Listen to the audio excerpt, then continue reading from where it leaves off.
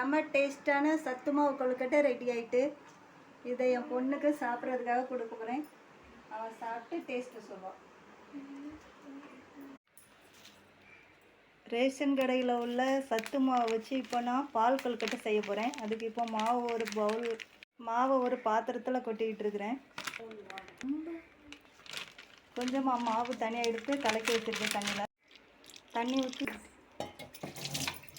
கட்டி இல்லாமல் கலக்கிக்கணும். இப்போ சத்து மாவில் லேசான சுடு தண்ணி ஊற்றி மிக்ஸ் பண்ணிகிட்டு இருக்கேன். மாவு இப்போ ரெடியாக இதை ஒவ்வொரு உருண்டையாக பிடிச்சி வைக்கணும். இன்னும் உருண்டை பிடிக்க சொன்னால் என் குட்டி பொண்ணு கொழுக்கட்டையில் ஹார்ட் ஷேப்பில் பிடிச்சி வச்சுருக்கா. ஒரு பாத்திரத்தில் நான் தேங்காய் பால் எடுத்து வச்சு இப்போ கொழுக்கட்டைக்கு தேவையான அளவு வெல்லம் சேர்க்குறேன். 5 நிமிஷத்தில் இப்போ கொழுக்கட்டை ரெடி பண்ணலாம். இது கொதிச்ச உடனே இப்போ நான் கொழுக்கட்டை மாவு உருண்டையை இப்போ கொழுக்கட்டை எடுத்து போட்டுட்ருக்கோம். இப்போ அது கூட கரைச்சி வச்சுருக்க மாவையும் ஊற்றுறேன். இன்னும் 3 நிமிஷத்தில் கொழுக்கட்டை ரெடி ஆயிரும். இப்போ டேஸ்டியான பால் கொழுக்கட்டை ரெடி ஆயிடும். சூப்பராக வந்திருக்கு.